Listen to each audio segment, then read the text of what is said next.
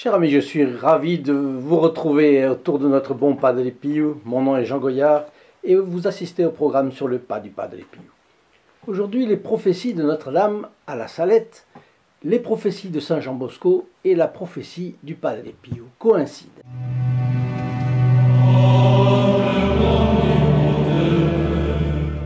Selon le catéchisme, la parodie de la Sainte Seine orchestrée à l'ouverture des Jeux Olympiques 2024 constitue un blasphème avec des circonstances aggravantes. Cette véritable liturgie ésotérique de 4 heures a eu comme cadre son contraire, son antithèse, le berceau de la civilisation chrétienne en France.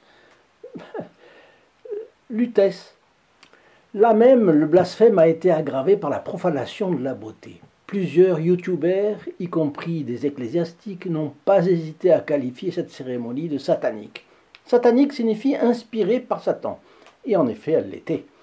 Ce sabbat des bobos en mal de blasphème a fait l'objet d'un grand rejet par les amoureux de la beauté, et nous pouvons nous en féliciter. Certains auditeurs m'ont écrit que dans leur horizon psychologique, Paris avait désormais disparu pour eux. Autrement dit, en plagiant la phrase célèbre, Paris n'est plus dans Paris et tout est désolé. Une fois de plus, on a utilisé la France, fille aînée de l'Église, et son rayonnement pour propager le mal. À condition de réagir, de ne pas accepter, de protester, nous ne partagerons pas la responsabilité de ce vaste péché d'indifférence dans lequel on voudrait nous cantonner. Alors nous allons survoler 3 prophéties ayant eu lieu entre 1846 et 1900, les voyants de la Salette, Saint Jean Bosco et le Saint Padre Pio. Avant, je fais une petite digression sur une question fondamentale. Dans l'Église catholique, le mot châtiment ne recouvre absolument pas ce qu'il signifie chez les protestants. La différence entre les deux significations du même mot est immense. Il faut s'y pencher parce que suite à l'expansion du jansénisme en France, bien des catholiques ont donné un sens finalement protestant au mot châtiment. Et cela ne colle pas avec la doctrine de notre Seigneur Jésus-Christ. Cela tient bien sûr à l'interprétation que certains protestants donnent au texte de l'Évangile, sans la bonté, la miséricorde, la doctrine du pardon, bellement explicitée par la tradition. Et il y a de l'autre côté une dureté, une raideur protestante qui fausse le message. 2 religions donc, 2 philosophies. Pour le Luther des débuts, il y a l'enfer pour ceux qui ne sont pas d'accord avec ces doctrines parce qu'il est le prophète envoyé par Dieu pour réformer l'Église. Pour le Luther d'après, l'enfer n'existe plus, ce qui ne l'empêche pas d'insulter ces dissidents, même protestants. Pas de bonté, pas de miséricorde, pas de confession chez les protestants, et surtout pas de Vierge Marie, la douce mère, accessible à toutes les suppliques, même celles du condamné à mort, parce qu'il s'est rendu coupable de crime. Le protestant ne croit qu'à la lettre des textes et pas à la tradition. Or, de la tradition catholique s'exhale le bon parfum de l'esprit de l'Église. Et puis, selon Calvin, le maître mot est la prédestination. Il y a les hommes prédestinés à bien recevoir la grâce de Dieu, c'est une élite choisie par Dieu, et les autres sont voués à ne pas comprendre, ne pas vouloir, gens voués à l'exclusion et puis à la perdition éternelle. Cette dureté huguenote se note sur les croix où manque le crucifié, où manque toute l'humanité du Christ, sa bonté incarnée et son amour avec. Tout ceci est important à garder à l'esprit dès qu'on parle de châtiment, car la mentalité erronée va lire les textes bibliques ou les textes des apparitions en comprenant destruction, anéantissement, punition sans retour, sans possibilité de salut pour ceux qui sont châtiés. Quand les catholiques lisent les Saintes Écritures, et même l'Apocalypse, ils comprennent que même dans le châtiment, Dieu a pitié de celui qu'il châtie. Dieu a pitié de celui qui a le cœur contrit et humilié, et que même s'il y avait eu 10 justes dans Sodome, Dieu aurait épargné Sodome. Avant le déluge, Dieu avait répandu toutes les grâces nécessaires aux hommes, sinon il ne serait pas juste. Dans la préparation au déluge, Noé construisant son arche, il manifeste clairement sa colère aux hommes. Puis la pluie torrentielle a commencé à faire monter les eaux. La submersion s'est peu à peu manifestée. Certains ont péri. Tant pis pour eux, diront certains qui ont le cœur dur. Les catholiques ne s'arrêtent pas à ce sentiment. Quand saint Pierre commente le déluge, il montre que l'état de péché des hommes était devenu irréversible. Il n'avait écouté ni les messages de miséricorde, ni les messages de colère. Dieu les châtie. Les hommes ont quitté leurs habitations pour aller dans les montagnes. Les eaux continuant à monter, ils se sont réfugiés plus haut, mais les eaux les ont rejoints. Ils sont montés dans les arbres. Et là, ils demandaient pardon. C'était un châtiment exemplaire pour leurs péchés. Saint Pierre a montré que de cette façon, Dieu a permis que beaucoup sauvent leur âme. C'était la miséricorde de Dieu qui voulait en sauver le maximum. La vie éternelle est un bien ô combien plus précieux que la vie terrestre. Vous vous rendez compte? L'éternité. Eh bien, ils seront avec Dieu, qu'ils avaient défié, alors que si Dieu n'avait pas envoyé le déluge, ils seraient en enfer. La sagesse de Dieu inclut la bonté, même quand notre sentimentalisme à nous porterait à penser que Dieu n'envoie jamais la difficulté, la souffrance, la mort même. Et personne ne viendra me dire que c'est le démon qui envoie la mort ou les difficultés, car s'il n'en a pas l'autorisation de Dieu, il ne peut rien contre quelqu'un. Dieu est tout-puissant, le démon n'est que son esclave. Ne tombons pas dans l'hérésie panthéiste selon laquelle deux dieux se disputeraient le monde.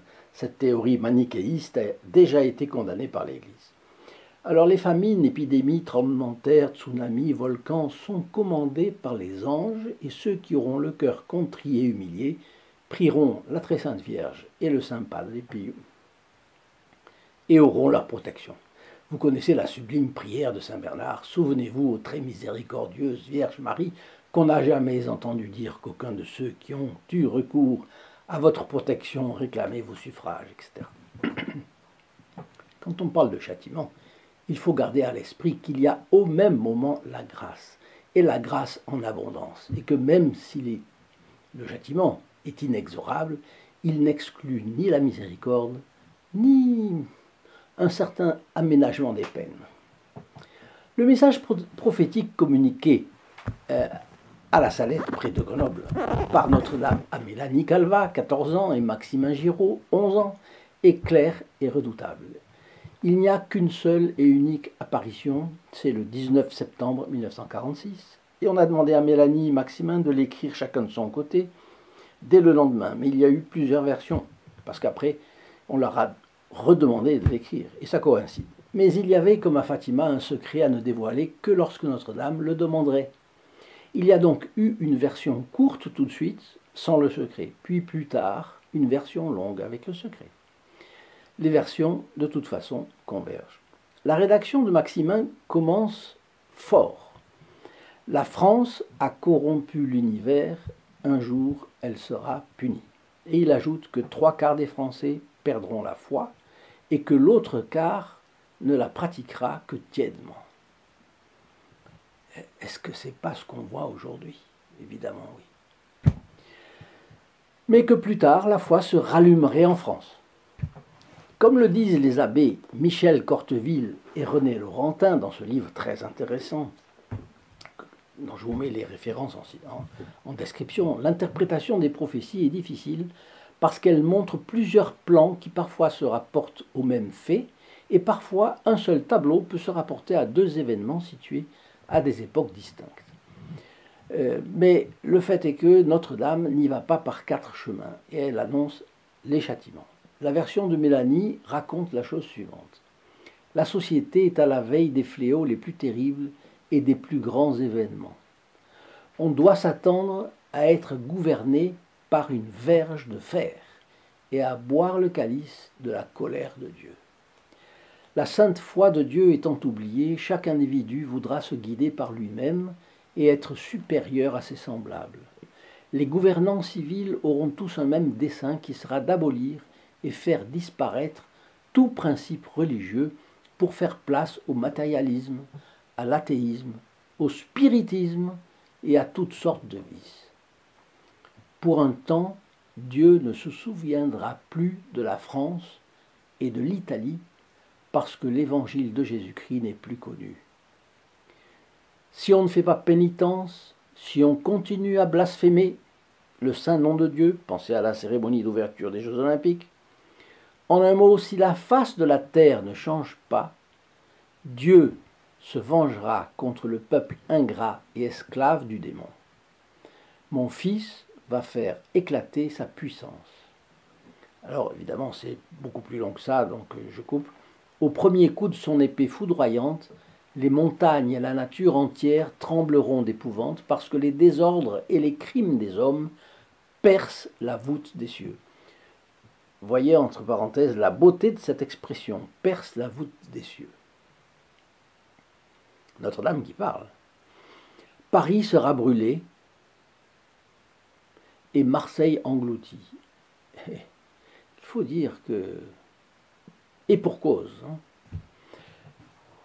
Maintenant, ça ne nous empêche pas de prier pour que Notre-Dame de Paris et la Sainte-Chapelle soient épargnées, n'est-ce pas?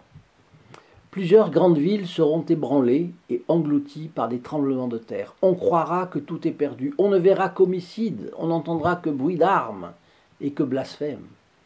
Les justes souffriront beaucoup. Leurs prières, leurs pénitences et leurs larmes monteront jusqu'au ciel et tout le peuple de Dieu demandera pardon et miséricorde et demandera mon aide et mon intercession. Alors Jésus-Christ, par un acte de sa justice et de sa grande miséricorde pour les justes, commandera à ses anges que tous ses ennemis soient mis à mort. Combien de gens vivent mal, c'est-à-dire ne sont pas mariés selon les lois de l'Église aujourd'hui? Combien ont fait l'avortement ou l'euthanasie, ou même qui ne se confessent jamais? Combien de gens vivent ainsi? Mais, et s'ils sont surpris par la mort avant d'avoir pu se confesser? Avez-vous pensé?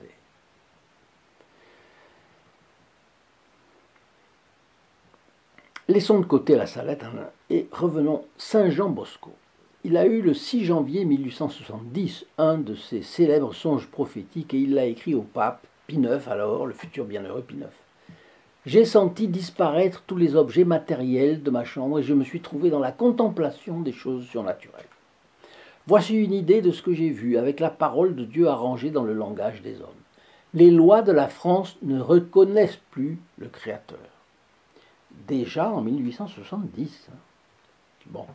Le Créateur se fera connaître d'elle et viendra la visiter 3 fois avec le fouet de sa fureur. La première fois, il humiliera sa superbe par des défaites, des pillages et la destruction de ses moissons, de ses animaux et de ses hommes.